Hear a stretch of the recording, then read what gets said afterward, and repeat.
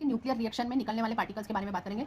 ये पार्टिकल्स होते हैं अल्फा, बीटा, गामा, न्यूट्रॉन। और जो बीटा पार्टिकल होता है वो दो टाइप का होता है, बीटा माइनस और बीटा प्लस। अब जैसे किसी एलिमेंट को हमको रिप्रेजेंट करना हो तो हम उस एलिमेंट को अगर हम लेट एक्स करते हैं तो एक्स को हम लिखते हैं जेड एक्स ए, जहां पर जेड होता है एटॉमिक नंबर और ए होता है मास नंबर सकते हैं। अल्फा पार्टिकल होता है हीलियम न्यूक्लियस, मतलब हीलियम एटम में से जब हम दो इलेक्ट्रॉन निकाल देंगे तो जो बचता है वो अल्फा पार्टिकल होता है। तो अल्फा पार्टिकल को लिखते हैं 2He4, मतलब जेड आपका 2 और आपका A4 फॉर अल्फा पार्टिकल, और इस पर 2 प्रोटॉन के बराबर पॉजिटिव चार्ज होता है। अब आया बीटा पार्टिकल। बीटा पार्टिकल मतलब न्यूक्लियस में रहने वाला इलेक्ट्रॉन। तो न्यूक्लियर रिएक्शन में न्यूक्लियस में इलेक्ट्रॉन भी जनरेट होता है और इस पर इलेक्ट्रॉन के इक्वल ही नेगेटिव चार्ज होता है, और इसको ZXA में -1E0 ऐसा रिप्रेजेंट करते हैं। और बीटा प्लस पार्टिकल को भी -1E0 ही रिप्रेजेंट करते हैं, लेकिन बीटा माइनस और बीटा प्लस में ये डिफरेंस है कि बीटा प्लस पर एक प्रोटॉन के इक्वल चार्ज होता है। और न्यूट्रॉन आपको पता है, न्यूट्रॉन सिर्फ मास नंबर में कंट्रीब्यूट करता है, एटॉमिक नंबर में नहीं करता, इसलिए एटॉमिक नंबर की जगह 0 लिखा है और मास नंबर में हमने 1 ऐड किया, तो 0 and 1 न्यूट्रॉन को लिखेंगे। और गामा जो होती है वो प्योर एनर्जी होती है, ये इलेक्ट्रोमैग्नेटिक रेडिएशन है, इसलिए न तो इसका मास होगा न इस पर कोई चार्ज होगा, तो ये सिर्फ रेज है और ओनली एनर्जी है।